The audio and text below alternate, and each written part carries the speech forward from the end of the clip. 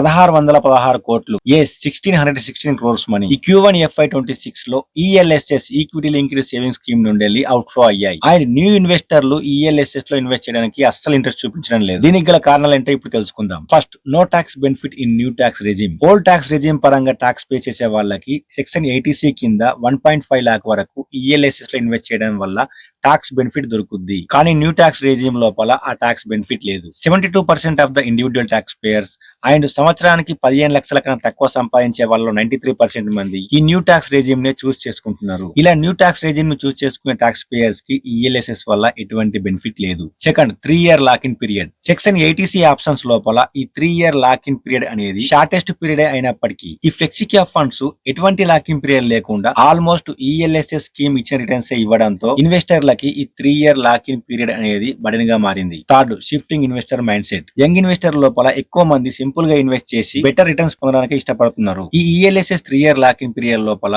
Market ఎంత volatile గా ఉంటుందో తెలియకపోవడం అండ్ ఈ ELSS రిటర్న్స్ హిస్టారికల్ పరంగా చూస్తే ప్రతిసారి అంత గొప్పగా లేకపోవడం కారణంగా ఈ యంగ్ ఇన్వెస్టర్లు ఈ ELSS స్కీమ్ ని మోస్ట్లీ స్కిప్ చేస్తున్నారు. ఇలా మార్కెట్ అనలిస్టులు ఎన్ని కారణాలు చెప్పినప్పటికీ ఈ ఓల్డ్ రెజిమ్ టాక్స్ పేయర్స్ కి ఇప్పటికీ ELSS అనేది టాప్ టియర్ ఇన్వెస్ట్మెంటే. జై హింద్.